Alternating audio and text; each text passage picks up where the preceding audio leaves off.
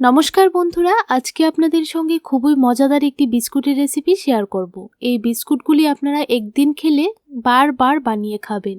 1 থেকে 1.5 মাস পর্যন্ত সংরক্ষণ করে রাখতে পারবেন আর খুব কম সময়ে কম উপকরণ দিয়ে তৈরি করে নেওয়া যায়। আর দেখুন কতটা মুচমুচে তৈরি হয়েছে। তাহলে চলুন দেখে নেওয়া যাক। প্রথমে একটা বাটি নিয়ে নিলাম, বাটির মধ্যে 1 কাপ সাদা তেল দিয়ে দিচ্ছি। আপনারা চাইলে তেলের পরিবর্তে ঘি দিয়েও এই বিস্কুটগুলি তৈরি করতে পারেন। এখন সেম কাপ মেপে 1 কাপ গুঁড়ো চিনি দিয়ে দিলাম। আমি 1 কাপ চিনি মিক্সি জারের মধ্যে ভালো করে গুঁড়ো করে নিয়েছি। আপনারা চাইলে মিষ্টির পরিমাণটা বাড়িয়ে বা কমিয়েও দিতে পারেন। এখন চামচের সাহায্যে ভালো করে মিশিয়ে নিচ্ছি। আপনারা চাইলে হ্যান্ড উইচ দিয়েও ভালো করে মিশিয়ে নিতে পারেন। এভাবে চামচ দিয়ে মেশাতে মেশাতে দেখবেন একটু ফোমের মতো তৈরি হয়েছে।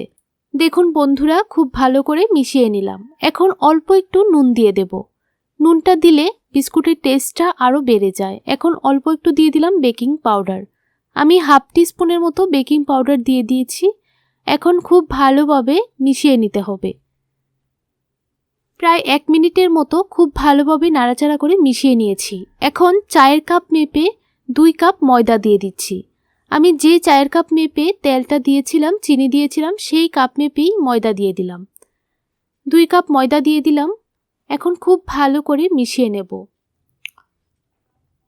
ভালোভাবে চামচ দিয়ে মেশানো হচ্ছে না, তাই হাত দিয়ে খুব ভালোভাবে মেখে নেব। প্রায় 1 থেকে 2 মিনিট হাত দিয়ে ভালোভাবে মথে নিতে হবে। আর এই বিস্কুটগুলি তৈরি করার সময় কিন্তু একদম জল দেবেন না। জল ছাড়াই এই বিস্কুটগুলি তৈরি হবে। দেখুন ভালো করে মেখে নিয়েছি। এখন বিস্কুটের ডোটা থেকে ছোট ছোট লেচি কেটে নেব।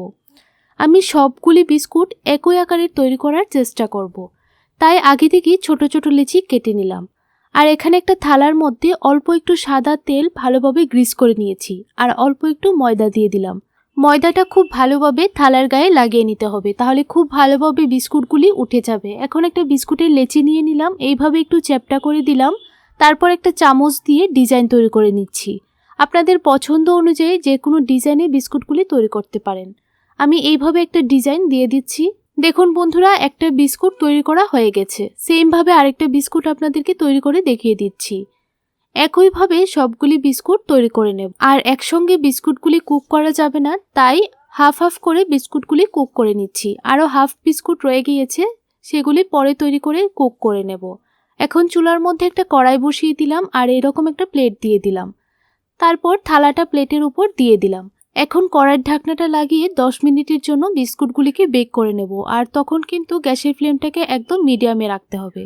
আর মাঝে আমি কড়াইয়ের ঢাকনাটা চেঞ্জ করে দিয়েছিলাম আর ছিদ্রটাও বন্ধ করে দিয়েছিলাম। দেখুন বন্ধুরা, 10 মিনিট পর বিস্কুটগুলি কিন্তু সম্পূর্ণভাবে তৈরি হয়ে গেছে। প্রথম প্রথম একটু নরম মনে হবে, যখন ঠান্ডা হয়ে যাবে তখন কিন্তু বিস্কুটগুলি একদম মুচমুচে হয়ে যাবে। এখন আমি ঠান্ডা হয়ে যাবার পর একটা প্লেটের মধ্যে বিস্কুটগুলি নামিয়ে নেব আর বাকি বিস্কুটগুলিও সেমভাবে বেক করে নেব। দেখুন আরও বিস্কুট ছিল, সেই বিস্কুটগুলিও বানিয়ে থালাটার মধ্যে দিয়ে দিলাম। আবারও 10 মিনিট পরে থালাটা নামিয়ে নিলাম।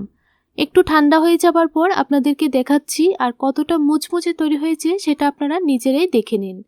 বন্ধুরা, আপনাদের কাছে বিস্কুটের এই রেসিপিটি কেমন লাগলো অবশ্যই আমাকে কমেন্ট করে জানাবেন। আর ভালো লাগলে আমার এই ছোট্ট চ্যানেলটিকে সাবস্ক্রাইব করে আমার পাশে থাকবেন। তাহলে আজকের জন্য এতটুকুই। দেখা হবে নতুন আরেকটি রেসিপিতে। আপনারা সবাই ভালো থাকবেন, সুস্থ থাকবেন।